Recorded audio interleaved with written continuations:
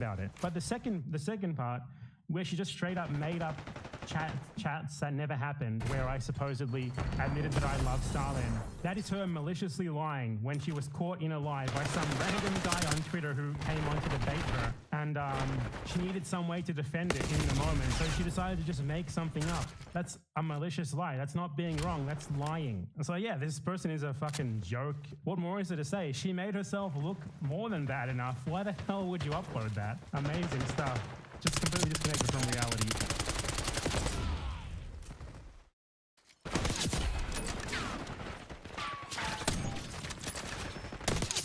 Drop the enemy's long gun.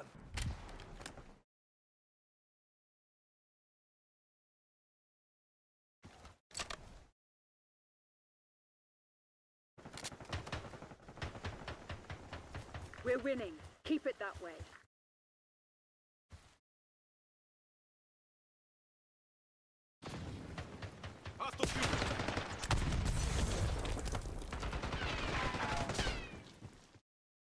We know he likes to collect magazine covers, but now he doesn't have to mock one up. For the second time, he is Time Magazine's Person of the Year. To me, there are other contenders, but if they did anything but name him, that would be flat out biased. Well, so Time.com has just released that. Dude, they're trying to be doing the same exact thing that they did with Hitler again. You know what I mean? Not wrong, but in a good way. No, I mean, they're not wrong in a bad way, for sure. Like, they're not wrong. Also, there's a bunch of stuff from the interview where apparently he admits prices likely won't go down, won't rule out war with Iran, says he agrees with Sarah McBride, and doesn't want to talk about the trans bathroom issue. Yeah, that's because he is a room reader and understands that the trans panic does not work. It's sweaty and gross loser. Look, over the last 4 years, things have not gone well, and people are ready for something new, something better. He was Time Magazine's Person of the Year in 2016 when he won that election. Also up for the other contenders were Joe Rogan and Elon Musk, Kate Middleton, and Kamala Harris. And Benjamin Netanyahu. Well, that's right. It's hard to believe that the election was just last month. And I mean, feels like he's already the president, right? Exactly. I mean, I can't believe it's only been a month. I actually cannot believe it's only been a month since this happened, because it feels like a lifetime ago. Like, it literally feels like it was a year ago that the election happened. God, dude. Well, thank you very much. This is an honor, a tremendous honor. I brought some of our compatriots along with us. They're going to do a beautiful job for you for the next 4 years. And it's really been something very special. And I have to say, Time Magazine getting this honor for the second time. I think I like it better this time, actually. But we did a good job. We had a great first term, despite a lot of turmoil caused unnecessarily. But the media's tamed down a little bit. They're liking us much better now, I think. If they don't, we'll have to just take them on again, and we don't want to do that. But I do want to thank Time Magazine. I've been on the cover many times. I don't know who has the record, but I can only probably talk well about 25 Hitler. No, I'm just kidding. I don't know. How many times did Time Magazine choose Hitler as the man of the year? They have chosen Stalin a bunch of times as well, so maybe it's Stalin. RFK Jr. looks like a processed corpse because he is having the greatest food that you could possibly consume. FDR has 3% of the covers. 25% are great. The others I just sort of hide. But it's been an honor, and every time it's an honor, I will tell you. And thank you very much for doing it. And thank the whole group at Time. Watch your back. Very professional people. Thank you very much. All right, let's talk about some of the stuff that he mentioned in this interview. To summarize some of the serious parts of the interview, yeah, you had an extraordinary year. Glaze! Flawless campaign. I call it 72 days of fury. There were no days off, no timeouts. If you made a mistake, it would be magnified at levels that nobody's ever seen before. We hit something that was very special. We hit the nerve of the country. They don't want to see jails emptied out into our country. They don't want to see people from mental institutions being dismissed from their institutions. Mr. President, what did Democrats not get? You said they didn't get it. What do you mean by that? I don't think they got the feel of the country. The country was angry because of immigration, because of the people. Millions of people. No, this is one of the most frustrating parts about like how successful propagandizing works. The country is angry. This is correct. It's just that the Republicans recognize that anger and redirect that anger towards immigrants. That's it. but the country is angry because of the economy. And the immigrants are not actually contributing to the economy in negative ways. As a matter of fact, they're contributing to the economy in positive ways. That's the unfortunate problem here, that only one side at least recognizes the anger and then channels that anger to appropriate vectors of hate, vectors that are inoffensive to the current existing hierarchies, just to confuse people, just to divide people, just to turn around and say like, yeah, no, it's not the wealthy, it's not the rich, they're you over. It's actually the migrants. And that's it. Anyway, they were saying much lesser number. It wasn't a much lesser number, but even if it was, it's irrelevant because if it was, they were allowing anybody to come into the country. They are right now. They open it up again. You see what's going on. They're coming. They're pouring up through Mexico and other places. Common sense, yada, yada, yada. They want to see people come in. They don't want to see... You can have, and this is one, they don't want to see, as another example, open borders. They want to see people coming in, everyone's okay with it. I am certainly. I want to have a lot of people coming because we're going to bring back a lot of jobs. We'll bring record numbers of jobs. The economy was certainly a big factor in your victory, but what was a bigger factor, I believe, was the border. I think the border, and I won it in 2016 on the border. I fixed the border. It was really fixed. It came in, dislodged everything. It's the border. I want to come back to immigration a little bit later. Let's start out on what's happening right now. You were elected on a promise to change Washington. By all accounts, the fight over that has already begun. One of your nominees was effectively blocked by the Senate. There are other senators who expressed doubts about some of your other nominees. Well, I don't think they will. And he wasn't blocked. I had the votes if I needed them, but I had to work very hard. He's talking about Gaetz. So you decided to give up on Gaetz? No, I didn't give up on him. I talked to him and I said, Matt, I don't think this is worth the fight. Okay, he talks about how it's not worth the fight for Matt Gaetz. He is conceding on that front. Anyway, one of them is controversial, or I want to ask a specific question. RFK Jr., noted vaccine skeptic. We're going to have a big discussion. The autism rate is at a level nobody ever believed possible. If you look at the things that are happening, there's something causing it. Do you think it's linked to vaccines? No, I'm going to be listening to Bobby, who I've really gotten along with great and have a lot of respect for having to do with food, having to do with vaccinations. He does not disagree with all vaccinations. He disagrees probably with some. So that could include getting rid of some vaccinations. It could if I think that's dangerous, if I think that they're not beneficial, but I don't think it's going to be very controversial in the end. Do you agree with him about the connection between vaccines and autism? I want to see the numbers. It's going to be the numbers. Trump personally also believes that vaccines cause autism. He's talked about it before. He's talked about it, but he's also done Operation Warp Speed. So I think when push comes to shove, he will do what is beneficial, but that doesn't mean that he's not going to dial back on some of this other stuff because his base loves it. It's like red meat to the base, and he will give that red meat to the base every single time. Project 2025. No, look, I don't disagree with everything in Project 2025, but I disagree with something. I specifically didn't want to read it because it was under my auspices, and I want to be able to say that, The only way I can say I have nothing to do with it is if I don't read it. It's also because I don't know how to read. Yeah, he's going to do Project 2025. It's a lot of pages, 800 pages. That's a lot of pages. I thought it was inappropriate that they came out with it just before the election, to be honest with you. They should have waited until I won. Then I would do it. I let him know, I didn't think it was appropriate because it's not me. Why would they do that? Did you express those frustrations? Oh, I did. Okay, I don't care. Let's shift to a topic that I know you care about. Immigration. You recently said on True Social, you are planning to use... Okay, this is the good stuff. This is the important stuff. So he plans to use military to deport migrants. The Comitatus Act prohibits the use of military for domestic law enforcement. What will you do if the military does not or refuses to carry out your orders? Well, it doesn't. It doesn't stop the military if it's an invasion of our country. And I consider it an invasion of our country. We have criminals coming into our countries that we've never seen. We've never seen before. We have people coming in at levels and record numbers. He's just straight up is like, I don't give a fuck about the law, which we know already. And also on top of that, he's saying he's going to basically utilize whatever he can to enforce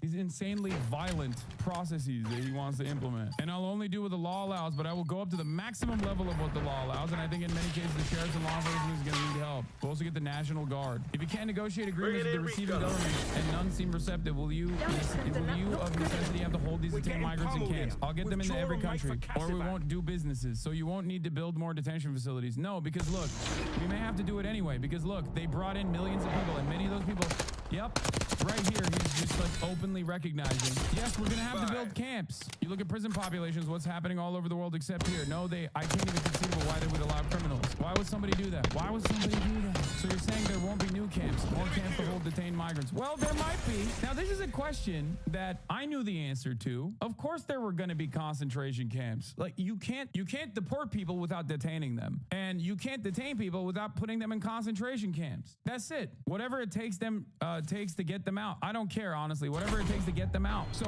for me to say this is Hitlerian is not an exaggeration. It's just an accurate understanding of Hitler and fascism in general. This is This is how it starts. Again, I'll do absolutely everything within the confines of the law, but if it needs new camps, I hope we're going to need too many because I want to get them out. And I don't want them sitting in the camp for the next 20 years. I want them out. And the countries have to take them back. And if they don't take them back, we won't do business with those countries. It will tariff those countries very substantially. When they send products in, they will have substantial tariffs, and it's going to make it very hard for them to do business with us. A question on the minds of a lot of Americans: will you restore the policy of separating families? I don't think I won't have to do it because, first of all, it wasn't my policy. It was Obama's policy. I didn't build the jails for children. He did. And it's like kind of weird that he says that because, okay, so you don't have an issue with it though. So you agree with Obama, I guess. Like, I don't understand. I've never understood this argument where like you're saying Obama built the camps, which you're right. He did. Right. But I was critical of Obama building that. And I was critical of Obama continuing to implement some form of family separation. But Trump put it into overdrive as always. So why are you even bringing up the fact that Obama did it? Like, it's just such a stupid way to deflect because, okay, so if it's something that you disagreed with, I mean, if it's like, are you bringing this up because you disagree with Barack Obama? No, you agree with Barack Obama. Okay, what does that say? I don't want to litigate the past. I'm just asking if you will do this. Well, you said your policy. This was a policy of the country. I don't believe we'll have to because we will send the whole family back. Yeah. He also says we're going to do concentration camps, but we're not going to do child separation because we're going to pack up the kids too. As in, we're going to put the children in the concentration camps. Does that help you understand the situation a little bit better? Was there another, form of governance that happened not that long ago? Perhaps almost 100 years ago? Well, I guess, closer than that. Less than 100 years ago where there was a policy of putting everyone in camps, including the children. An important fact to note here is that 1 in 15 families in the United States of America are mixed status families. As in, 1 in 15 homes need to be broken into by the federal government or the National Guard or federal agents like Vortac units, demanding their paperwork, asking other homes if they have undocumented migrants that they're housing, doing dragnets with the express purpose of putting all of those people, men, women, children, into these concentrated camps, raids at workplaces, raids in towns. I'm just saying, like, this is something that he is signaling he's going to do. It was his signature policy that he said he was going to do. Deport them together? I would much rather deport them together, yes, than separate. By the way, when you talk about separation, we have 325,000 children here during Democrats, and this was done by the Democrats who are right now sex slaves or dead, and they were all allowed. Many of the people who voted for you, as you mentioned moments ago, cited high prices, particularly of food and groceries. If you deport millions of migrant agricultural workers, won't the food prices rise sharply?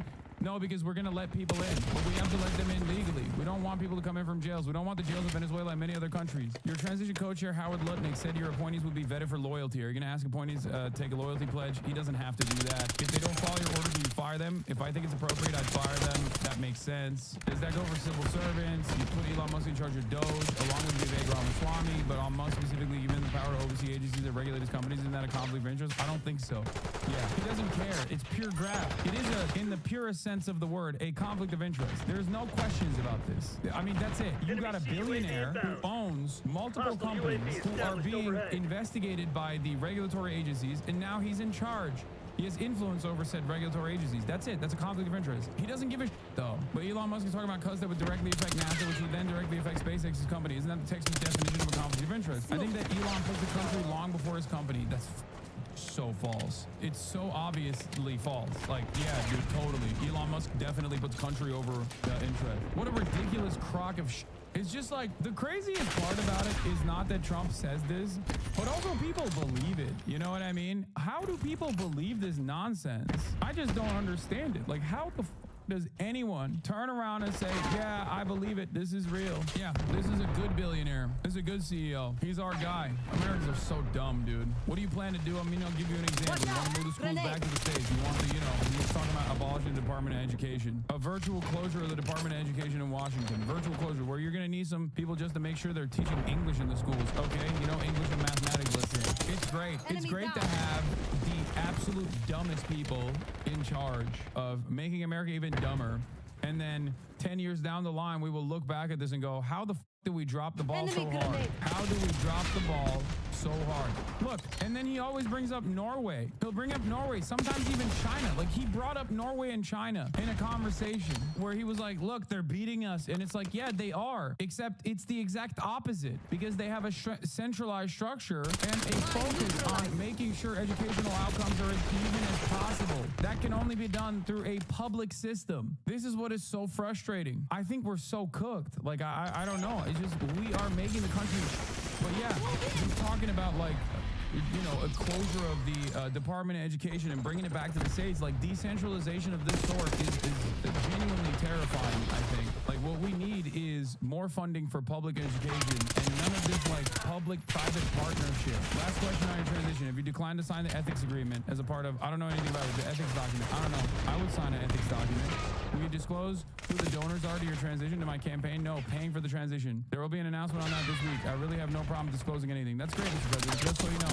I heard this a couple days ago. I have no problem. I'd rather disclose it right up front. I have no problem with it. I got a question for you about the campaign. Was there a moment when you thought you would lose? I like not to think of that. The power of positive thinking, right? But there were some moments when, you know, there were some bad things done in my campaign. There were a lot of fake polls. They were absolutely fake. Look at an example. There's a pollster in Iowa. Gold standard in Iowa. And then a couple weeks before the election, she had me up 4, and then brought it way down below 1918. That was a big story because I was only up 4 when she did that, where I was down 3. And that became headlines all over the place just before the election. When you saw that, you think you were going to lose? I thought it was the wrong poll because we had an Emerson poll that had us up 18, you know? What was the darkest moment? I think we have an obligation with the 60 Minutes interviews my opponent. There's a news program. Speaking of Kamala Harris, what do you think her worst mistakes was? Taking the assignment, number 1, because you have to know what you're good at. Did she make any tactical mistakes? I think that when she wouldn't talk to anybody, it shone a light on her. In other words, if she would have gone out and just did interviews with their comparable to Steve, if there's anybody comparable would say, could you do an interview here, an interview there? You know, she didn't do anything. Oh my God, he's not wrong. And people said, is there something wrong with her? Why would they? I mean, I'm doing this interview with you. I did interviews with, if I had the time, anybody that would ask, I'd do interviews. I watched the whole thing, sir, yes. Oh, good. I hope you liked it. But I found it to be a pleasure to do it. It's not like he did that. He did. Trump went on so many podcasts. He went on, guys, one thing that I always talk about with respect to Donald Trump and the way he campaigns is he will go on, he went on Aiden Ross's kick stream, chat. What are we talking about? He didn't just go on Joe Rogan or Theo Vaughn or any number of different podcasts, but he also would go on like random Republican news shows that were getting like 12,000 views. If you recall, I talked about this on a couple different occasions. If there is a place that Donald Trump could secure 10 votes, 20 votes, 1,000 votes, he will go out and get it. He will go out and get it. Whether they are the Amish or whether they are a random Native American tribe, you know, he will go out and he will meet them where they're at. He will min-max. Exactly. Maximum efficiency. The issue here, however, for Kamala Harris versus Donald Trump is that Donald Trump can do that because he's a telegenic figure. He's a TV personality. He knows how to do that. Kamala Harris does not know how to do that. I'm not convinced that there is someone else who can emulate that in the Republican Party, by the way. I don't think J.D. Vance is that guy. On a scenario with a war with Iran, he said anything can happen. Anything can happen. It's a very volatile situation. Okay, let's take a look. There's a scenario where you would allow Israel to annex the West Bank. I will. What I'm doing and what I'm saying again, I'll say it again. I want a long-lasting peace. I'm not saying that's a very likely scenario, but I want a long-lasting peace, a peace where you don't have an October 7 in another 3 years. And there are numerous ways to do it. You can do it two-state, but there are numerous ways it can be done. And I'd like to see who can be happy, but I'd like to see everybody be happy. Everybody go about their lives and people stop from dying.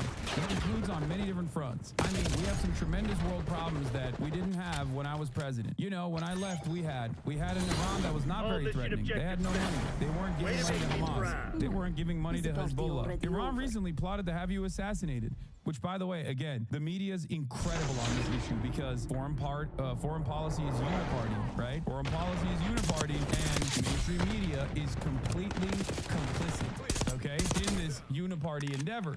So, of course, when Trump says something crazy like, oh, yeah, I might actually annex the West Bank, who knows? There is no following up. Immediately just move on to some more, like, escalatory sentiments about Iran. Iran is trying to get you killed. Will you go to war with them? Anything can happen. Anything can happen. It was a very volatile situation. I think the most dangerous thing right now is what's happening where Zelensky has decided, with the approval of, I assume, the president, to start shooting missiles into Russia. I think that's a major escalation. I think it's a foolish decision, but I would imagine people are waiting until I get in before anything happens. I would imagine, I think that would be very smart to do that. Do you trust Netanyahu? I don't trust anybody. Can I ask, did Elon Musk meet with the Iranians at your behest? I don't know that he met with them. Reportedly, he met with the Iranians. I don't know. He didn't tell me that. Another important aspect of this was the trans conversation. So let's keyword search trans in here. I think that some women in the America want to know, are you committed to making sure the FDA does not strip their ability to access abortion pills? That would be my commitment. Yeah, that's always been my commitment. Can I shift to the transgender issue? Obviously, sort of a major issue during the campaign. In 2016, you said that transgender people could use whatever bathroom they choose. Do you still feel that way? When was that in 2016? I don't want to get into the bathroom issue because it's a very small number of people we're talking about, and it's ripped apart our country.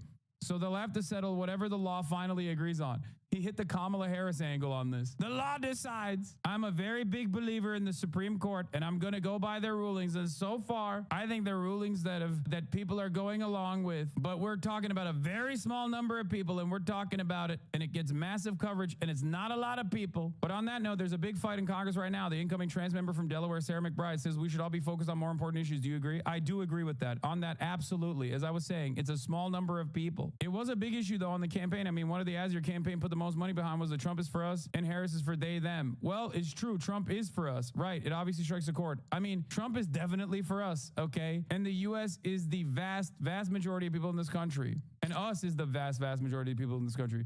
And also, I want to have all people treated fairly. You know, forget about the majority or not majority. I want people to be treated well and fairly. On the trans issue, will you reverse Biden's protections for trans kids under Title IX? I'm going to look at it very closely. We're looking at it right now. Team deathmatch. We're going to look at it. Look, the country's torn apart. We're going to look at everything. So he basically said on the trans issue, I don't want to get into the bathroom issue. I don't care. It's a tiny percentage of people. Who cares? Who cares? That doesn't mean that like trans people are going to be protected. They certainly will not be. It's just it is not as significant nor consequential, and Trump understands that. That's the difference. Because if he was a Matt Walsh type, if he just like wanted to literally, if he ideologically was committed to like killing trans people, he would have an answer to that. He'd be like, they're dangerous groomer predators. Do you understand? The reason why it's not a priority for him is because he understands that it's the sweatiest losers that care about this aggressively. Now, this doesn't mean that he will go out of his way to defend trans people. That certainly is not the case. He will still be at the whims of people who do care a lot about this shit, people who do care quite a bit about this. But it's yet another clear example that the permanent room reader, Donald Trump, has read the room and knows that this is like not a big priority for him. His hyperfixation is on immigration right now. That's what he cares about. The last part of this interview that I want to cover is also the prices will come down. He talks about prices. Donald Trump in his interview with the Times says he's not sure he can get the price of groceries down. He's hard to bring these down once they go up. You know, it's very hard. Prices will come down, Trump told voters during a speech last week laying out his vision to return to White House. You just watch, they'll come down. Everything will come down fast. Not only with insurance, but everything. You realign both political parties. You've changed America. There's got to be something that you understand about winning votes for the American people that your opponents maybe don't give you credit for. It's, you know, I think people want to lead a good life. I think they want to be able to buy groceries at a reasonable price and not have to turn off their heat in order to buy 2 apples. I think that people want security. I don't think people want to have our borders rushed in, invasion, yada, yada, yada. They don't want to see somebody in a weightlifting contest, a woman against a man. Again, totally made up thing. It makes no sense. They don't want to see, you know, men playing in women's sports. They don't. They don't want to see all of this transgender, which is just taken over. And then when you look at not many years after this person who went through the process saying, who did this to me? As you know, it's a very high percentage. Media also playing a role here and propping up these narratives, the detransitioner narratives in general.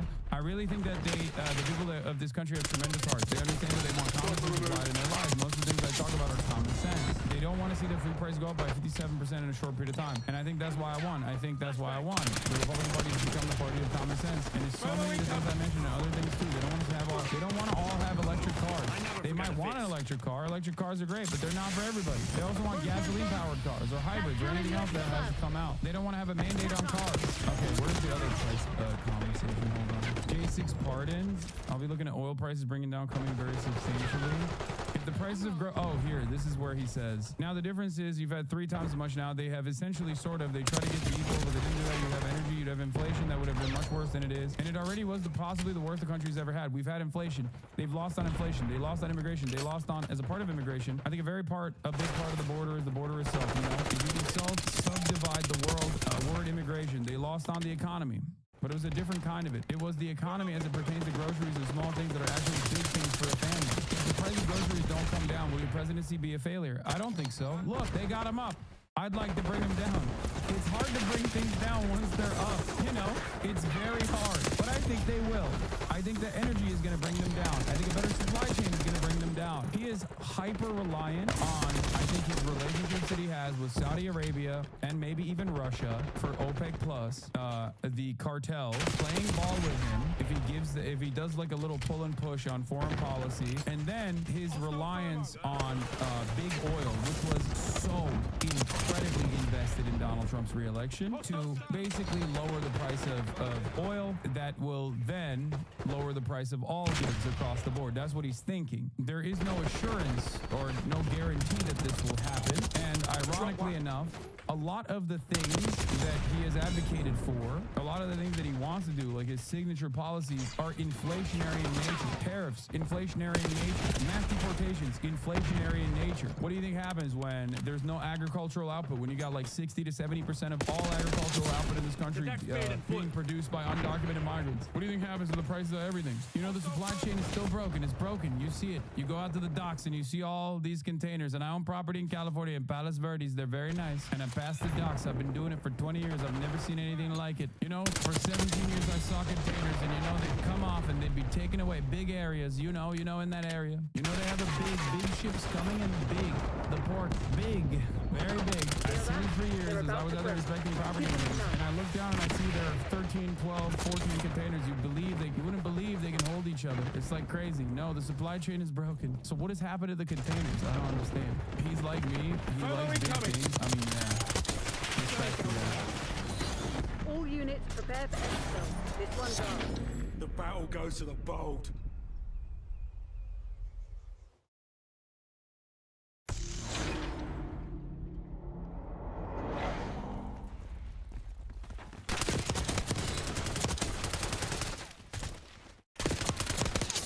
Sniper removed.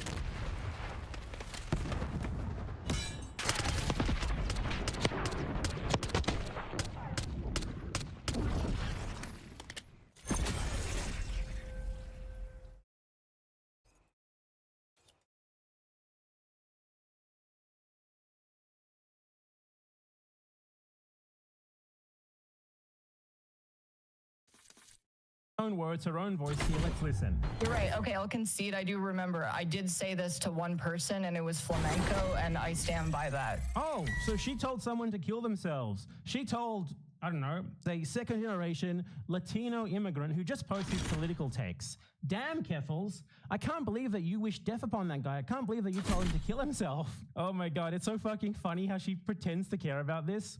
This is Keffels' best friend, by the way. Let's go over it again. So this is one of Keffels' best internet friends, one of her favorite creators who she sucks up to, you know, has little amicable chats with, you know, sends cute little tweets out all the time. What do we got here? These people are subhuman, and I want them to kill themselves. Yeah. It's super short and sweet. He says, to the feds, I'll keep this short because I do respect what you do for our country. Bad start. Sucking off the feds up top is crazy. That's wild, dude. You let him have that. Yeah. You let him have that. Here's the CEO murder suspect arriving for the extradition hearing, and he had some statements that he made.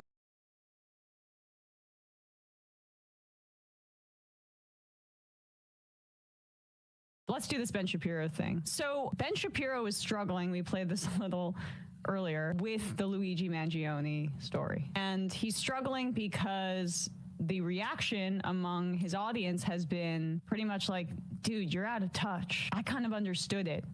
This ain't it, man. I'm a conservative, but I've had all these issues with health insurance companies, with getting ripped off, with privatized healthcare. So like, on the political level, this is not bipartisan. We would not get a single payer system or a public option even under a Republican administration. They're talking about repealing the patient protection parts of the Affordable Care Act. But the regular people, it is. It's cross-partisan, it's bipartisan. The only differences are when class gets involved. And Ben Shapiro here is representing the upper class in his commentary. So he reads Luigi Mangione's manifesto, which talks about the greed of pharmaceutical companies and calls them parasites and speaks to the pain that he was in. And Ben Shapiro wants to fact check. He has a fact check about how actually the United States healthcare system, despite your lived experience showing you that it's completely expensive and you pay in every month and you don't get the benefits that you're supposedly getting for your money when you make those payments. Actually, it's the best system in the world. So he's engaging in a mass gaslighting of his audience, and I'm very much enjoy it. This video got a lot of views. He's not doing as well as I thought he would be doing when I went to his channel. This got the most because he included Bill Burr in the title and said he was a jackass or something. He says that for around 30 seconds before launching into an ad read, but this was the bulk of it. An effort to debunk what everybody understands is the reality about their health care in this country. You know, as we discussed yesterday on the program, is that this particular person, Mangione, he had some sort of surfing accident where he had a really bad back injury that apparently left him in crippling pain, and he had a surgery that is very often unsuccessful that implanted a series of pins in his spine. And he presumably was having some sort of fights with some health insurance company, but that is totally unclear. And he did leave a manifesto. His manifesto is very short. It's 262 words. And it is worth exploring because it is a window into the mind of people who tend to believe that because the world is filled with problems, this means you get to shoot people, which is unfortunately a growing sentiment Israel? On the left and even some parts of the right. So here is what the alleged shooter actually wrote. Quote, "To the feds, I'll keep this short because I do respect what you do for our country. To save you a lengthy investigation, I state plainly that I wasn't working with anyone. This was fairly trivial, some elementary social engineering, basic CAD, a lot of patience. The spiral notebook, if present, has some straggling notes and to-do lists that illuminate the gist of it. My tech is pretty locked down because I work in engineering, so probably not much info there." I think Ben's just jealous because this dude's a better writer than he is. Like, almost straight up. He's like, you can tell he's reading, and it's like, oh, you can see how he's like, oh, this is very well written. I do apologize for any strife of traumas, but it had to be done. Frankly, these parasites simply had it coming. A reminder, the U.S. has the #1 most expensive healthcare system in the world, yet we rank roughly number 42 in life expectancy.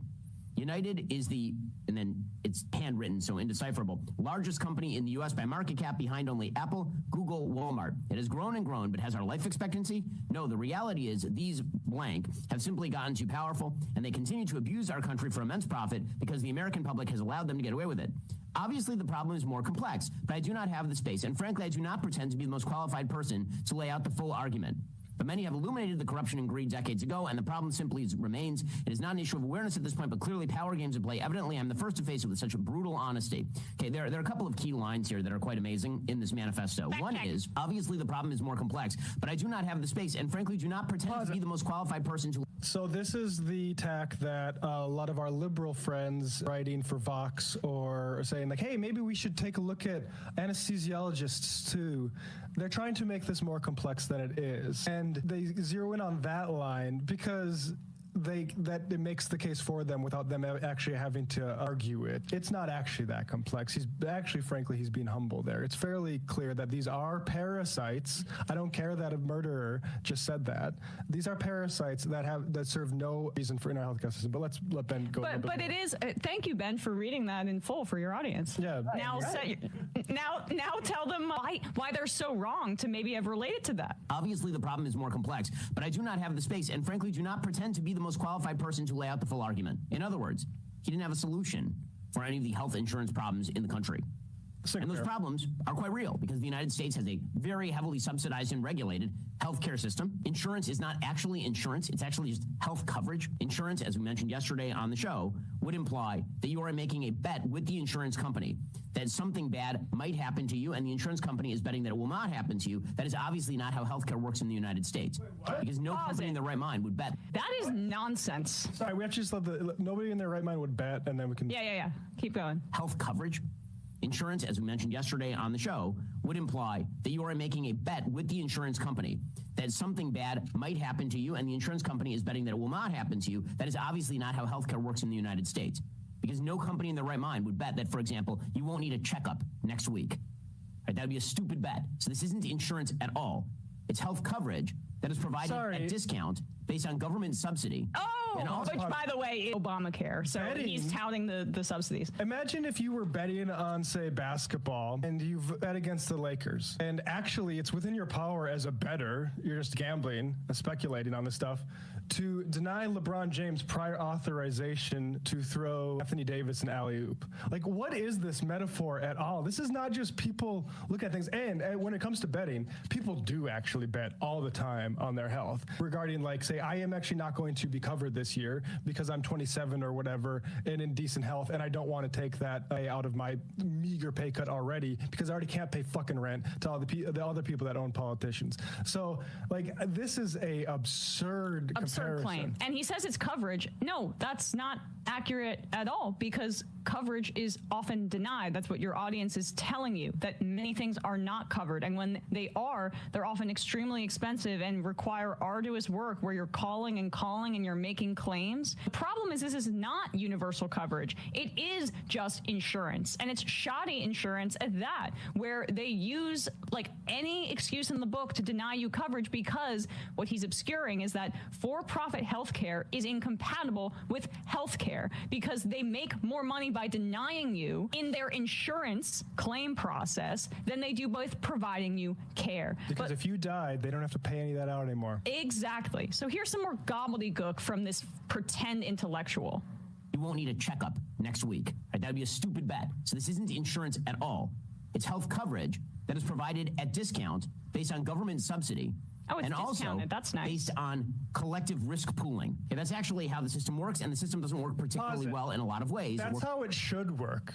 But we actually don't have collective risk pooling. We have a whole bunch of different risk pools that you get into based on where you're employed and if you're employed. And if you're not, you're actually not part of that risk pool. Just go to the fucking ER. Like, I mean, and that the government should be. Brunig has a great piece that everyone should read. Healthcare administration wastes $500 billion every year. It's interesting that the government sort of efficiency guide doesn't care about all this bureaucratic waste going on in healthcare system. But Brunig's one piece here. To get your head around why this is, think for a second about what happens to every $100 you give to a private insurance company. According to the most exhaustive study of the CBO in 2020, the first thing that happens is 16 of those dollars are taken by the insurance company. From there, the insurer gives the remaining 84 to a hospital to reimburse them for services. That hospital takes another 15, almost $16 for administration, meaning that only $68 of the original $100 actually goes to providing care. In a single payer system, the solution that apparently, like, Shapiro doesn't think that our killer could have arrived at, but I think probably given a few more years probably could have found out that in a single payer system, the path of that $100 looks a lot different. Rather than take $16 for insurance administration, the public insurer would only take $1.60. And rather than take that almost $16 for the remaining money for hospital administration, the hospital will only take $11, meaning that $86.60 of the original $100 goes to providing care. The difference is just graft. The difference is just Brian Thompson buying a house and providing for his family that's, in such a tough position. But I bet you he had a life insurance policy. I bet they're going to be kind of okay. As for the people who United Healthcare goes on denying coverage for, or delaying coverage, or sort of running out the clock so maybe they die, so we have to approve all this expensive stuff, that's happening. Happened before December 4th, happened on December 4th, happening every day since. The insurance is definitionally risk pooling. Then there should be one giant risk pool. Exactly, but it's segmented and controlled by cartels, and that's why the price is so high. He can't explain the concept of co-payments or any of that kind of stuff, which would completely wipe away his argument here. But I find this fascinating because he's working overtime to try to convince his audience not to believe their lying eyes. He's engaging in mass gaslighting, and he's doing a poor job of it. So let's keep breaking this down, because he brings out some fancy graphs. Risk pooling. Yeah, that's actually how the system works, and the system doesn't work particularly well in a lot of ways. It works better than many of the other systems, including nationalized healthcare. But the point there is that the alleged shooter himself is angry at a system that he says he does not fully understand, and he has no proper solutions for. And by the way, he happens to be wrong on the merits. So when he says that the United States has the most expensive healthcare system in the world, but we rank roughly number 42 in life expectancy, there's an excellent thread from a person named Jeremy Kaufman laying out some of the statistics with regard to the United States healthcare system. And the point that he makes is that healthcare spending in all countries tracks income. In other words, the more people get rich, the more they spend on healthcare. And this is true across countries. Here, for example, is a chart of health spending increasing rapidly with real income. All right, pause it for a sec. For example, so we can have this bullshit up on the screen as we're looking at it. If you look, the USA is really high up there. Still, so even with the graph, in terms of what he's purportedly showing here, that is healthcare spending as it relates to income, it still means there, I guess. I'm trying to make sense of that. It just means we spend a lot on We just spend a lot on fucking no. Right. We're spending a lot less if we didn't allow these providers to play different insurers off each other and like scam the system. If there was one single payer for health insurance, they would be able to negotiate all this stuff way lower, including the anesthesiologists that apparently, like Eric Leibowitz wants to point out. So yeah, this is No, but wait. So is this chart supposed to be saying that like the more money you make, the more you spend in healthcare? Like is that what? I mean, there's a really simple, like across the board in any country, there's a real simple argument for that.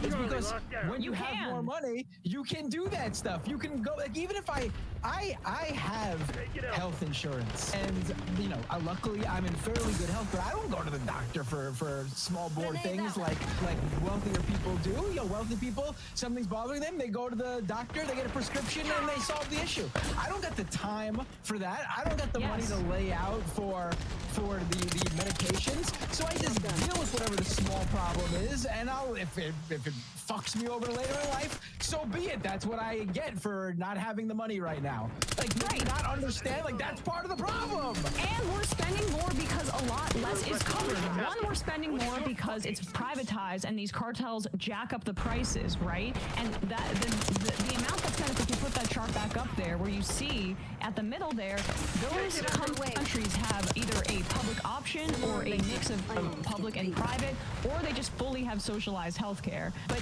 in terms of the United States, it's not that like people are making more money so they boutique want to spend on their own healthcare. It's the fact that so much dental, vision, all these other procedures that people need are out of network or not covered as well. So what people are paying for healthcare is way too high, and what is essentially not covered, I think, also increases that number of healthcare spending. And you have to look at it in terms of class, in terms of, every American is just an American, as opposed to some are extremely wealthy and make more taxes than some of Bernie. It's not only that our life expectancy is lower than virtually every other wealthy country, it's that if you are working class, you are going to live 5 to 10 years shorter than people who are wealthy. So if you are a working class person in this country, the stress that you live under, the economic duress that you live under, the lack of health care that you are receiving, 5 to 10 years shorter life than people who are rich, all of that is unacceptable. It is not acceptable to Ben Shapiro. Ben Shapiro is being paid to make sure everyone you love who is a working person dies 5 to 10 years later, and all the rich people that pay Ben Shapiro get to benefit from this system that prioritizes the health of rich people and lets them live to like whatever 110. Your family dies and right after they retire. And do you notice that his definition of health insurance and like betting that you won't have some sort of disaster doesn't even include the idea that people need routine checkups and preventative care checkups prior to that? It doesn't have to do just with like a traumatic car accident or something like that, or if you have a heart attack. Health insurance is about helping people have healthier, longer lives throughout. But also that real income, I think that's the x-axis. I have no idea what the hell that means. But these are wealthier countries pay more for healthcare. I don't know why that should be a surprise. Yeah, you probably pay more for a lot of things because of all the wealth. I don't know. But it's how that wealth is allocated. His whole point seems to revolve around this idea that Luigi Mangione did not understand how to solve the problems or fully understand how the system works in every little aspect. And it's just bullshit that you need to know. You need to have the solution to a problem to address or even come to the realization that there is a problem. It's just it is an unnecessary step. You do not need to have a master's degree in any sort of topic to say what my personal experience with it is wrong. And it's wrong. This seems to be his argument. The guy who represents conservatism in the year currently 2024, and the whole idea that the conservatives are ones going against the idea that the elites or the educated or the specialists or the professors or the PhDs, those people in in, you know, the people who have studied these topics meticulously, they don't know any better than you. The second push comes to shove, they revert right back to that, because that's truly what they believe. That's how little they think of you, conservative media viewers. That's how little they think of you. They don't just go to the experts for advice or their expertise, because they don't want to give you that. They simply say, you can't have an opinion on things because you aren't an expert. They don't use the good that these people can actually give to you. You know, their actual studies, their actual knowledge. They don't give you that. They simply say, you aren't them, so you can't have an opinion on it. Yet at the same time, they'll say, but don't educate yourself like those guys, because then you become a piece of shit like those guys. They want you to not understand these things so they can continue to have this foothold over you in telling you to continue to tell you to keep eating dirt and honestly shit from the executives and the people at the very top who they serve. I mean, it's just so crystal clear what's going on here. To your point, notice how he didn't even deal with what Mangione said about life expectancy. He moved on to wealth. He didn't even deal with it. And I mean, this is the thing is, and it, you know, this Tim Pool also said like he was R-worded because he, for the same reason, he apparently said he didn't have all the answers to it. I think this is not just a conservative problem. From Matt Bruder's article again at the People's Policy Project, Healthcare Administration wastes $500 billion every year. He points out many tweets and articles from prominent pundits like Matt Iglesias, Dylan Matthews, Noah Smith, and Eric Levitz. Quick consensus among these pundits, these are all liberal pundits, is that dislike of the private insurers is overblown and that the main problem lies with providers and their overcharging ways. This is not honest. I don't think, I'm not saying there's conscious dishonesty on all those people, but I would be shocked if none of them were being consciously dishonest and mercenary in their argument here. But the idea that graphs like this could convince you that actually the private health insurance system in America is all hunky-dory, that is only going to work on a very small sliver of professional class morons. Well, we're going to read the comment section in a bit, but I wanted to get to that second graph, and then we'll leave you with that. You live in Hungary, and you have a significantly lower income, you're going to spend less on your health care. And as your income rises, you're going to spend more on your health care. That is true everywhere. It is true in Norway. It is true in Canada. It is true in Italy. It is true in Spain. It is true everywhere. It's almost a straight line arithmetic correlation here. Oh my goodness. As you make more money, you spend more money on your health care, which of course makes sense because you care very deeply about your health care. That is not okay. I'm sorry. Actually, just pause really quick. You don't even need to take it off the screen. But but the baseline for care in those other countries is that they have some semblance of basic care that people can get. So even if they're spending more because they can when they make more money, that doesn't necessarily mean that we have the same baseline, you idiot. I went to Paris with somebody who had to spend a night in a hospital for food poisoning, including IVs and stuff like that, and urine tests and stuff like that. We walked out of there paying $0. All right, keep going. As it turns out, if you actually correlate healthcare costs with income, what you see is that income rises, so does healthcare costs. Again, not a giant shock. In a rich country, labor costs Oh my God, this is the same thing. The real price of healthcare increases actually slower than incomes in cross-sectional analysis. So as income in the United States increases, so does healthcare price, but slower than income increases in the United States. Not only that, you can incomes in cross-sectional analysis.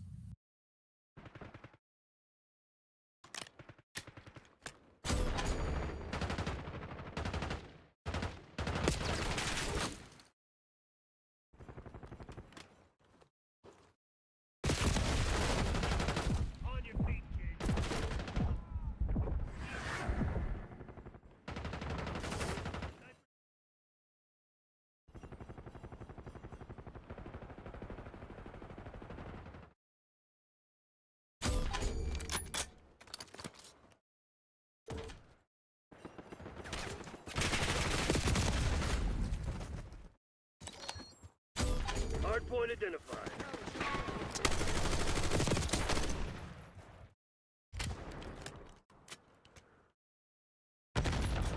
So as income, healthcare increases actually slower than incomes in cross-sectional analysis.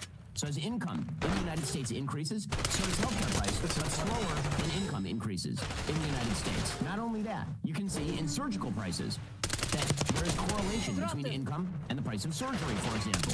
Again, as people make more money, they also demand more money as the inputs are Okay, anyway, whatever. Okay, How stupid do you have to be confused by this? I want to explain this to Ben Shapiro viewers who may come across this. This argument is the equivalent of saying people who go to McDonald's tend to spend more money on hamburgers. Like, it is literally the argument. Yeah, if you go to the doctor, you're going to be someone who spends more money on medical care. That's a great point. If you go to the doctor, though, you also tend to be someone who's wealthier because you have the time and money to know that, oh, you know, this trip to the doctor is probably going to cost me something. Because even if I'm covered, I still got to pull out of my pocket whatever it is. You know, maybe your deductible, maybe you just got to pay for whatever's not covered, which sometimes is the medications or the treatments. Yeah, the more money you make, the more money you will spend on healthcare, because in the first place, you are seeking out medical care more often or more frequently in general.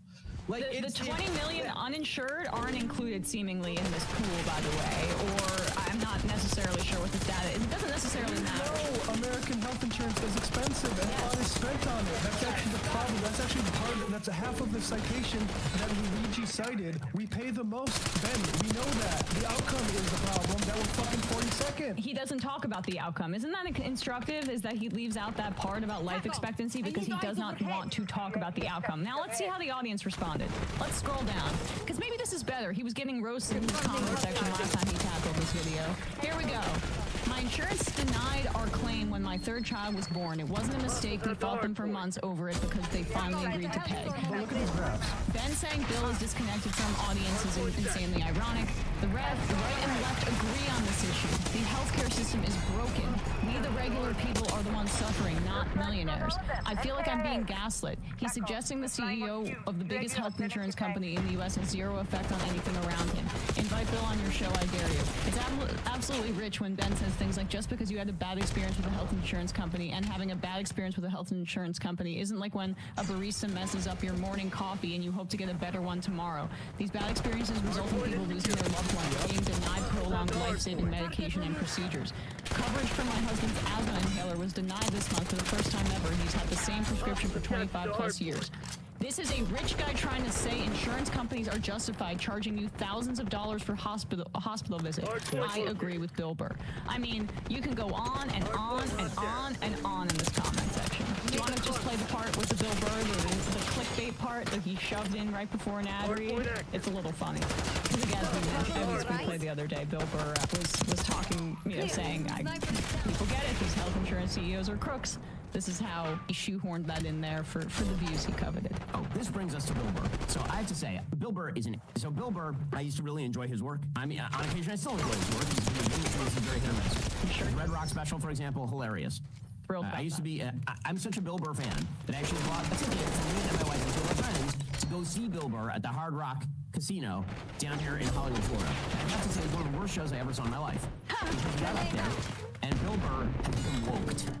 I assume because his place is very much on the left. Over time, I think he became embarrassed that many people on the right thought he was very funny. And so he decided that he was going to Woke is a verb. Well, Bill Burr is a disappointment. It's sort of like incognito mode on your computer, because they keep telling you that everything you do in incognito mode. Did you hear that ad read? Bill Burr is a disappointment, kind of like your incognito mode. Yeah. Anyway, there you have it. Social conservative fiscal liberal says, if there's one thing conservatives can't stand, it's the performatively woke comedian Bill Burr. I was unfamiliar with who Bill Burr's wife. I never could see claim that Bill Burr's only woke because of his wife. And I looked up who his wife is.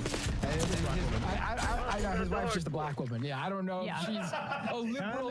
Kind of says it all, doesn't it? Right. I don't know if she's a leftist activist or something, and she puts her politics out there often. But it seems like she's just like black woman. That's all. We'd have great Bill Burr would have bashed trans people in Hollywood, Florida if it wasn't for his damn wife. You're right. It's the wokeness. It's everywhere. You can't even escape it. Even when he's trying to see a comedian he thought was on his side because of the whole white thing. Hey, folks, don't forget to hit the subscribe button and check out our daily show. We do it every day at 12 p.m. Eastern for about 2.5 hours. We take phone calls. You should check that out. Hardpoint locked down. I've captured the hardpoint.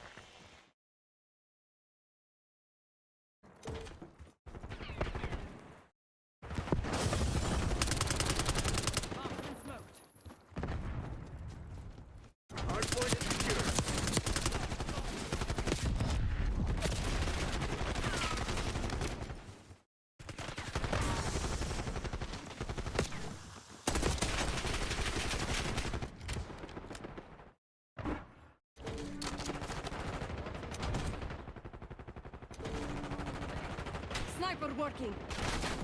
Wait, I don't understand though. Like, if a drug is being produced and manufactured in America, why is it cheaper when European marketplaces buy that same drug? Why is it 10x in America? Please, Ben, explain this to me.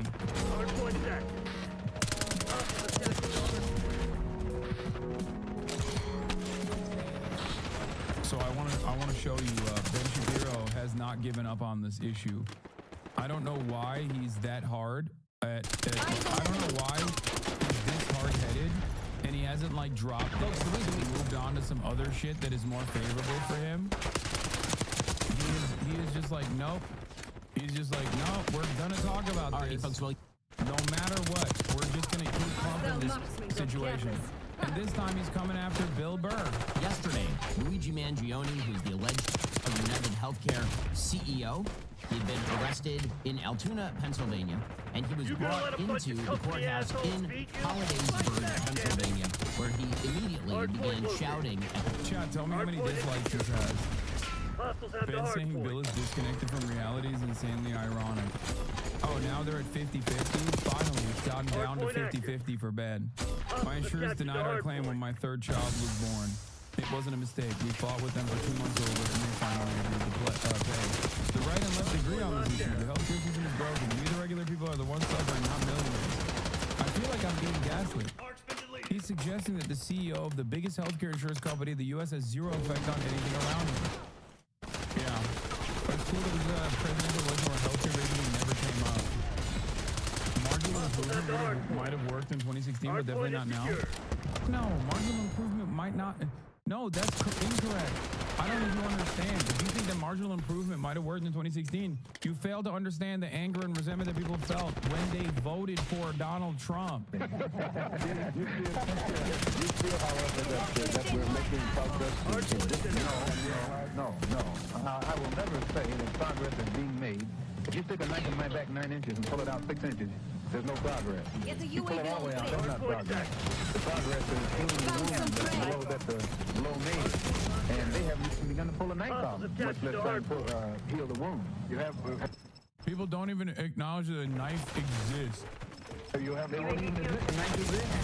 Yeah, that is the wonderful attitude that the Democrats have. That's it. Anyway, my dad used to say the Republicans stab you in the heart and the Democrats stab you in the back. It's not totally clear what he is saying here, but here is video of him emerging from a police car and being ushered into the jailhouse where Bill Burr problem just means he gets to shoot people. Which has some sort of surfing accident where he had a really bad back injury that apparently left him in crippling pain, and he had a surgery that is very often unsuccessful. That apparently left him in crippling pain. What's the big deal? It's just crippling pain. I like the way you said that. Apparently. He had a bunch of screws in his back and he was in debilitating, never-ending, hell-like pain. Big lip. Come on, bro.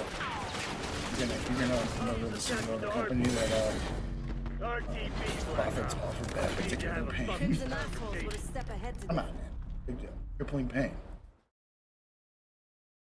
What the heck is crippling pain? Get the fuck out of here. Planted a series of pins in his spine, and he presumably was having some sort of fights with some health insurance company, but that is totally unclear. And he did leave a manifesto. His manifesto is very short. It's 262 words. And it is worth exploring because it is a window into the mind of people who tend to believe that because the world is filled with problems, this means you get to shoot people, which is unfortunately a growing sentiment on the left and even some parts of the right. So here is what... There's something so funny about Ben saying this because has there been a right-wing shooter that Ben hasn't said is good? Like when right-wingers engage in vigilante justice against those who are powerless, ultimately, Ben loves that shit. He loves it all day, every day. He hypes that shit up. Ben loves it when Israel is shooting. Wait, I'm in this video? Ben loves it when... At what, 42?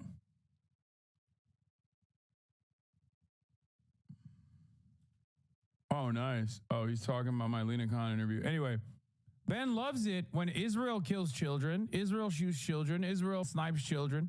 He loves that shit. Complex, but I do not have the space and frankly do not pretend to be the most qualified person to lay out the full argument.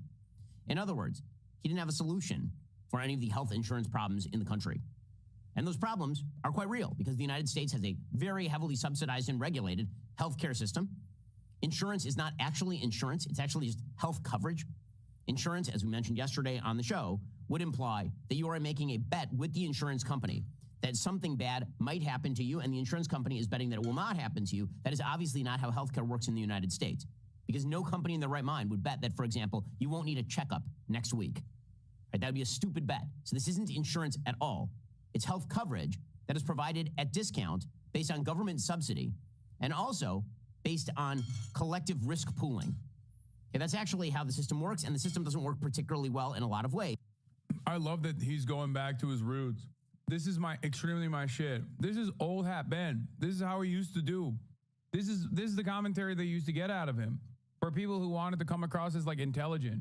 He is going to try to explain away the concept of insurance in the United States of America and basically defend it on principle to say that like it must exist and it's good that it exists and that it's actually a lot better in America than the way that you think it is, to an audience who's like, what the are you talking about?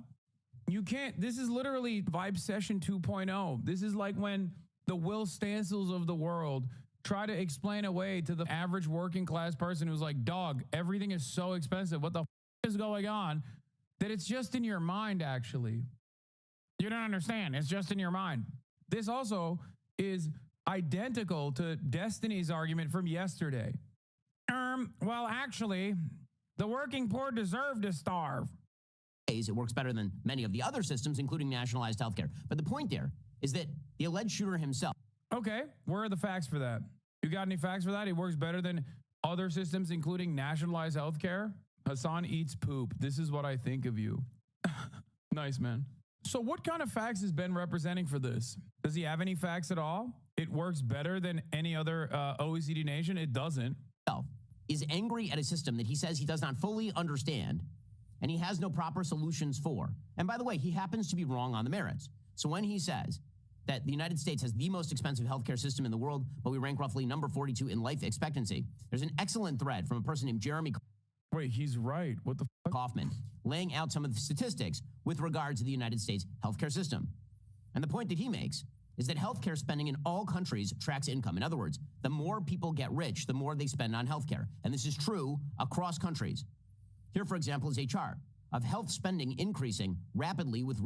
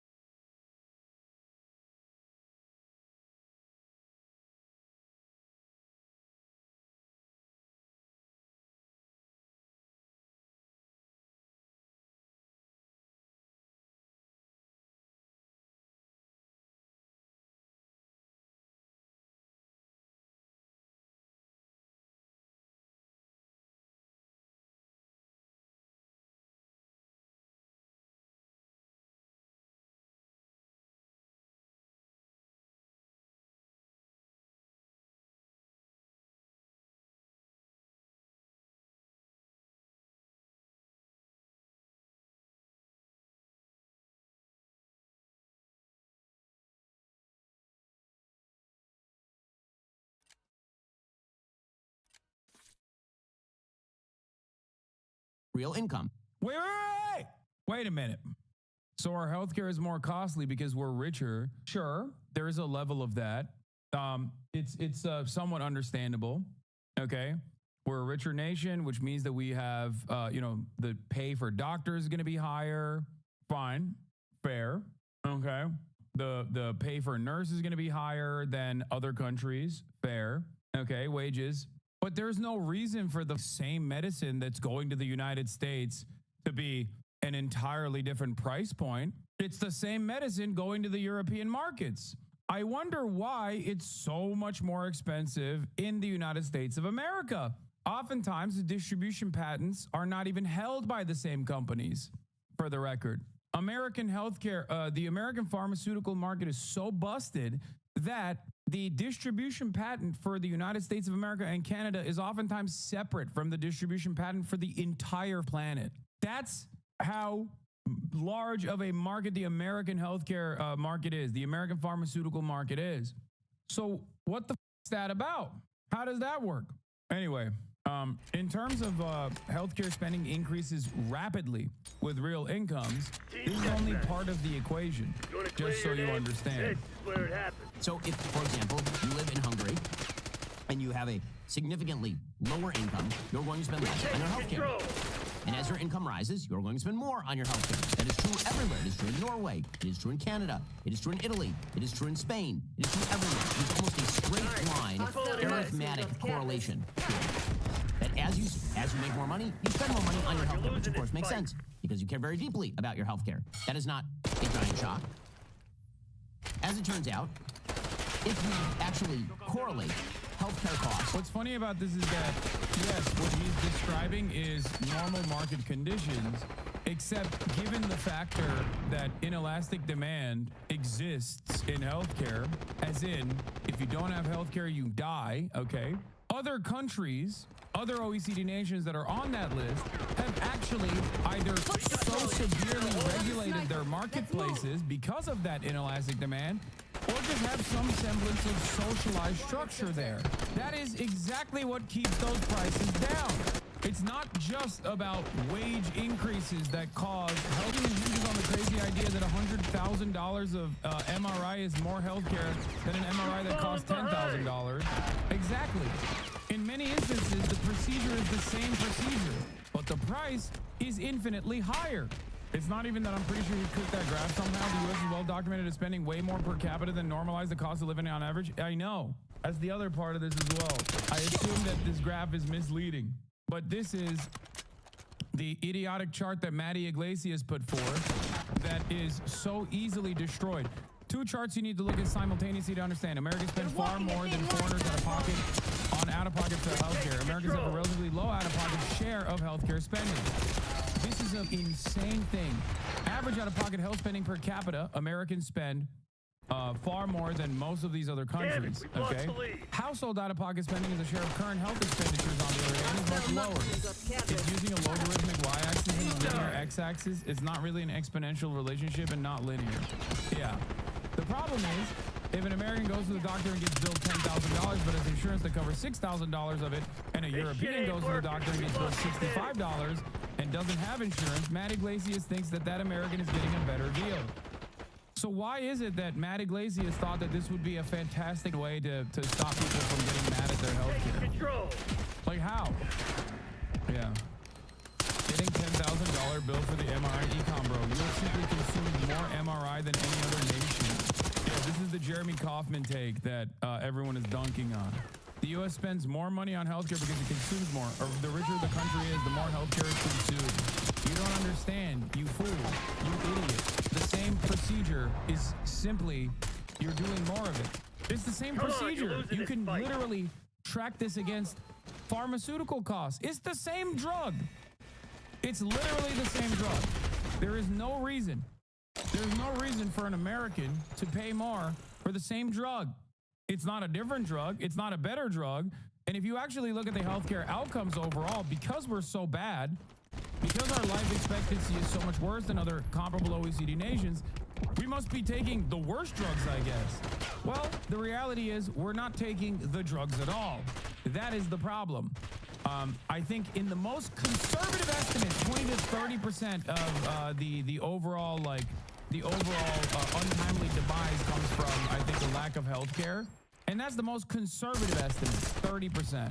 There's obviously plenty of other factors that play into our life expectancy being low.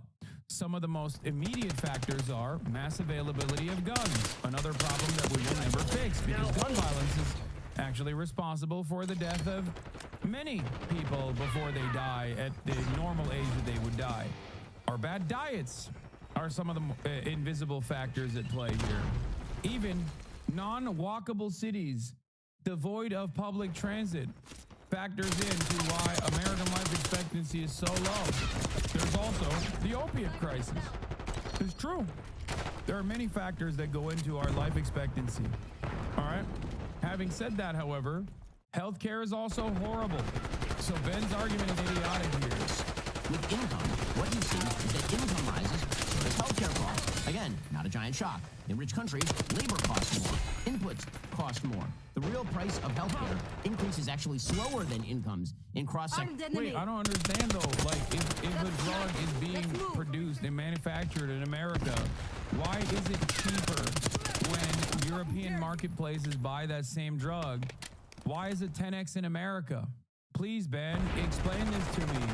I don't understand. Actual analysis. So as income in the United States increases, so does healthcare price, but slower than income increases in the United States.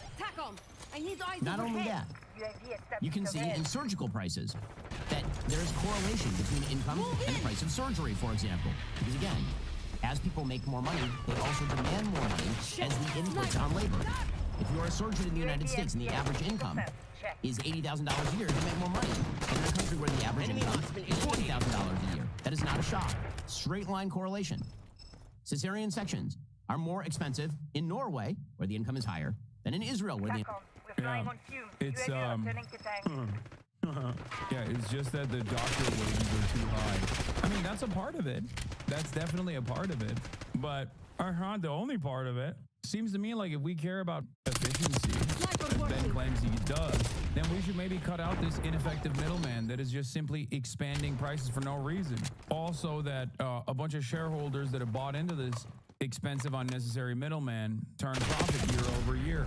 I think the funniest part about this is that not only is Ben wrong, but it's also funny because even if he was right, people would just be like, what the are you saying? Are you saying that the healthcare system is good? Are you stupid? Of course you think the healthcare system is good, Ben. You're rich. You're rich as, and part of your wealth directly comes from you defending private capitalist interests like this. Income is lower. Appendectomies are more expensive in Australia, where the income is higher, than Korea, where the income is lower. And none of this is a giant shock. In other words, the market mechanisms like you're talking about market mechanisms in socialized medicine. The out-of-pocket cost for a Norwegian cesarean section is $0. The out-of-pocket cost for an American cesarean section is, I don't even know what it is, but it's obviously way more expensive. So for the average consumer, that's all they care about, dumbass. That's the whole point. And the argument is that if the government was actually paying for it, like in many of these other socialized systems, when they actually have the welfare of the public in mind, that they would take action to ensure that there was more public welfare. They would also take action when bulk purchasing pharmaceutical prices that enter the market. And in that process, they would ensure that those prices are kept as low as physically possible. America is the largest consumption engine on the planet. We have a lot of leverage. If we had an actual socialized pharmaceutical structure or socialized medicine in this country, we could just say, oh, dude, you're not entering the American marketplace unless you literally give us the same prices that you're giving to Europe. It is ridiculous. But I've heard Ben advocate against that as well with silly ass notions like America subsidizes the rest of the planet's healthcare. It's bullshit, by the way. That's a lie. It's a straightforward lie. And the very fact that that's a American Enterprise Institute talking point that Ben regurgitates all the time is really stupid. In spite of America paying nearly double that of other countries, the system performed poorly on health equity, access to care, and outcomes. That's it. I love how there is now reference to how much higher insurance executive salaries are here compared to countries who, you know, don't have insurance executives. Exactly. Less than 10% of health dollars go to physicians, 7.3% to be precise. The idea from Eric Levitz et al. That cutting healthcare costs must come from cutting physician salary and no place else is hilarious. I think many specialists earn too much, but let's be serious here, people. Yeah. Pull my logs.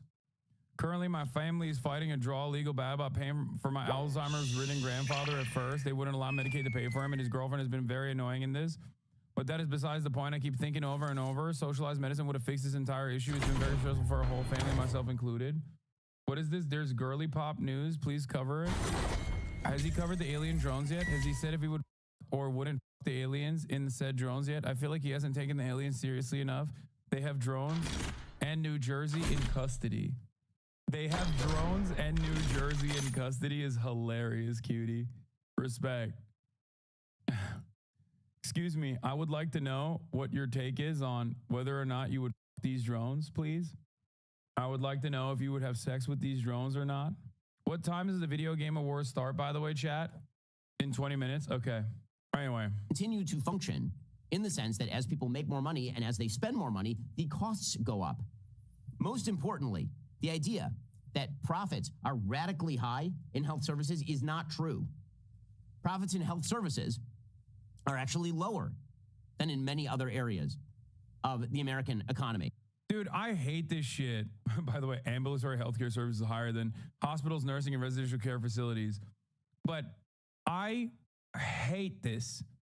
I don't care. There should be no profits. That's it. What do you mean profits are not high enough? You die if you don't get it. It's so stupid. Oh man, I'm so sad how low the profits are for the healthcare industry. Okay, let the goddamn government handle it then, bitch. What the is this argument? What is this argument? So if you look at hospitals and nursing and residential care facilities, the profits are somewhere in the neighborhood of 2% to 5%, somewhere in that neighborhood. If you look at construction, they're way higher than that. Secure the objective. Profits are really, really high in manufacturing, for example. But they're not particularly high in the healthcare industry. Again, regulation and subsidization.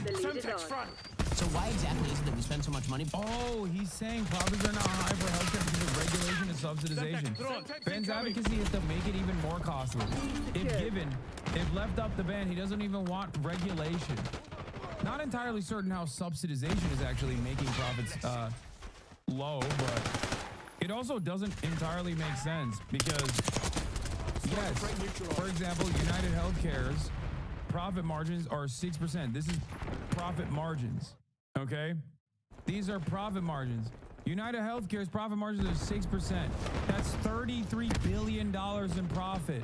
$33 billion! We're losing Charlie. What do you think has a higher profit margin? What I do as a Twitch streamer or United Healthcare? My profit margin is insanely high. What do you think brings in more revenue overall? What a stupid argument. United Healthcare alone is the fourth most profitable company. Yes, it deals in $500 billion in overall revenue. Just because this manufacturing as an industry is above all this other shit does not mean that, like, you know, manufacturing as an entire sector is raking in trillions of fucking dollars in profit in the same way that healthcare is. Just because the profit rate is low doesn't mean that they're not making a shit ton of money. Also, one thing to remember always is profits are a stupid way of looking at this because companies are incentivized to keep profit rates low anyway. Their jobs are to still, like, executive compensation is before profits come in. Like all of this other shit that they're buying, mergers and acquisitions, all of that, stock buybacks, these are before profits. So just because a company's profit margins are low doesn't mean that it could not have been higher year over year. Also, this isn't even insurance. This is hospitals and nursing and residential care facilities, which Ogre is right. I didn't even realize. This is not even health insurance. But health insurance is there. It's at 6%. For United Healthcare, it's at 6%. That's what their profit margin is. Yeah, United paid out $10 billion in dividends last year alone, which isn't calculated in profits. industry, again, using regulation and subsidization. So why exactly is it that we spend so much money, but we get so little input in terms of our health expectancy rising, our life expectancy rising? Well, number one, there is in fact a law of diminishing returns when it comes to healthcare spending. It's true across countries. At a certain point, a massive increase in healthcare spending only leads to a marginal increase in life expectancy. And this is not just true of the United States, it's true literally everywhere. So, for example, the cross-sectional relationship in terms of how much you spend on care and the outcome is totally flat. So the life expectancy in, for example, Israel and Luxembourg is totally the same, but the health expenditure per capita is wildly different. So Israel is spending about $2,500 health expenditure per capita, and the life expectancy in Israel is... Wait, where's America on this list? Where's America on this list? Losing Bravo. Also, this is from 2011. Or maybe it's not from 2011. It's from 2011 dollars. About 82 and a half years. Same exact life expectancy in Luxembourg, except they're spending $6,500 per capita. Because it turns out, no matter what you do with medicine, you simply can't prolong life beyond a certain point on average. Losing B. So what's the big problem in the United States? Oh, okay, great. Then we should pay less then. Don't you like efficiency? That's why we have the life expectancy and good health metrics. Why does the United States have more life expectancy? Well, there are a bunch of reasons, but the biggest reasons are we do a lot of drugs, we're really fat, and we drive badly. Those would be the... No, it's part of the infrastructure. It is, opiates are a problem, for sure. Opiate deaths are that rob people of their lives, cause people to have their lives cut short. And yes, our bad food habits, our bad consumption habits also play a big role. It's not because we drive badly, it's because we don't have adequate public transit, dumbass. Something that you advocate against all day, every day. Americans have an incredibly car-reliant infrastructure. We don't have any public transit. We don't have walkable cities. And also, notice how Ben didn't mention another thing? Interpersonal violence. Why is that red one so large in comparison to all these other countries? It's because of gun violence! It's because of guns, Ben! It's because of guns! People are committing suicide with guns! People are dying in mass shootings! There's a lot of gun violence in this country! Securing Zone A. The big reasons. Tango front. We lose in the United States Losing B. about a year and a half. Americans also have an insane level of drinking and driving. No, dog. It's because there's no other transit. That's the whole point. That's what I mean. Car-reliant infrastructure understandably causes more vehicular manslaughter. Because when there's no alternative, when there's no car, when there's no bus you can take, when there's no train you can take, you drive. And when you drive and you spend more time driving, you have a higher likelihood of, you know, getting in a car accident. You're just restating the point from another angle, dog. Oh my God. Ben's angle on this issue is busted. Okay? Ben's angle on this issue is completely broken. Yeah, we also have these like big-ass militarized American vehicles that are more dangerous too, where you can't see children under the hood. This is so high. Ben looks at this graph and says, it's because Americans are making wrong choices. They're individually driving poorly. They're taking C. And they're individually choosing to be fat. And they're individually choosing to do drugs. That's the problem. Ben is looking at systemic failure and reducing it down to individual responsibility. This is an idiotic way to try and approach any problem whatsoever. Because how do you instill individual responsibility upon every single individual? You do it through regulation. You do it through laws. That's why we have seatbelt laws, for example. The notion that this is all caused by 300 million individuals individually choosing to be fat and driving poorly is idiotic. What is it? The Canadian mind is just simply better than the American mind? Is that what it is? Is it because people in Finland, people in Belgium simply are just like more brilliant than the average American, that they're making the right choices? No. It's because their society is structured with more competent governance that has people's welfare in mind. It's so stupid thinking the American skull is shaped differently. You know? Ultimately, reducing everything down to the individual responsibility means that there is some sort of genetic predisposition that the American mind has, and it's not something you can solve through some kind of like regulation. It's stupid. In life expectancy on average, through drugs, car accidents, and violence, and we happen to be really fat. And it means we have a huge diet metabolic problem in the United States. In fact, it has... Surely it can be both. No, guys. I mean, I'm not even going to entertain that as a joke, okay? Yes, American culture is hyper-violent, hyper-individualistic, certainly. But when we're looking at problems, systemic problems, and, problems that obviously require systemic solutions, you can't just deflect the attention away down to the individual. Okay? I'll give you an example. The one that I used already, nuclear manslaughter, car accidents, okay? Let's say you want to take public transit to work. How are you going to do that? In a city like Los Angeles, how are you going to do that? I do that. It doesn't exist. What do? Let's say you want to walk somewhere. Well, the cities are not walkable because there's no public transit, so there's no need for sidewalks. There's no need for walkability. So what do? You walk on the side of the road? Okay, now you got killed by a guy. You're a part of the vehicular manslaughter statistic now. Good job. You cannot individually fix this problem if the systems are fundamentally broken. Okay? That's it. Almost a 6-year decrease in life expectancy in the United States, thanks to diet and metabolic, because we're real fat in the United States. Okay, so none of this is to ignore the problems in the healthcare system. Like the idea, this is Ben just like shitting on Americans across the board. This is the most anti-American thing you can say, by the way. And it's kind of funny that like supposedly these patriotic dipshits get away with saying it all the time. That Americans are just like stupider, fatter, dumber than the average European. Is that what you're saying? Or are they just victims of circumstance? They exist in America. Like, I know I joke about Amerifats and AmeriKKK or whatever but like ultimately I do recognize that most people cannot overcome the structures that bind them, okay? That's it.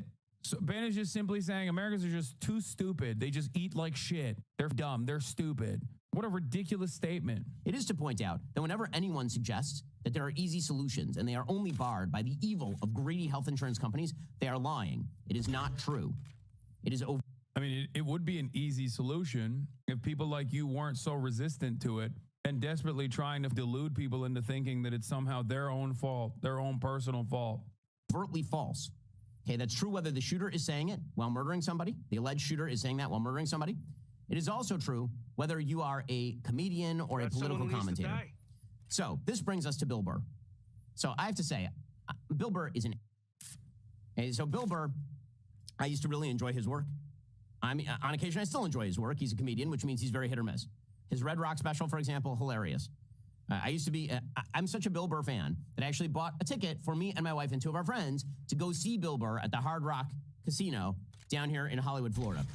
And I have to say, it was one of the worst shows I ever saw in my life. He's woke. Let me guess. He's woke. Bill Burr has become woke.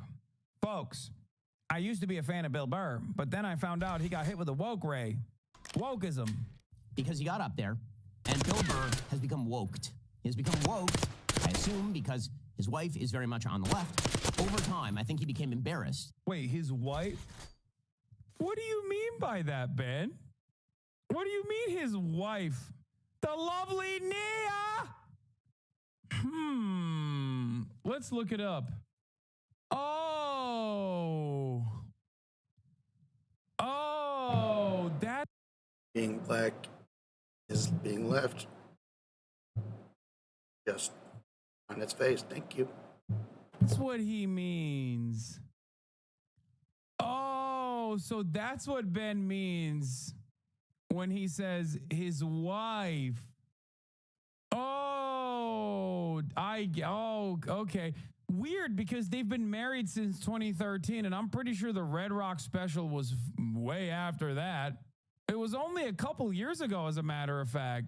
So I don't know where the he's come. So, I mean, it's not even that he's saying that like the wife's on the left. He's saying that like he's not racist. Like her politics don't matter in the situation. What Ben is saying is that like, well, you know, we're gonna assume you're on the, you know, you're gonna lean to the left because of your wife, proving that you're not racist. Even that's not like total proof, but it's just it's quite likely if you marry, you know, interracial marriage. I've lost track of time. That's not an issue I want to lose my track of thought on. But anyway, Ben's a racist. Send on that. Perfect. Thank you. Perfect landing. Coming from, interesting. That many people on the right thought he was very funny. Actually, I get going. Ready for work. And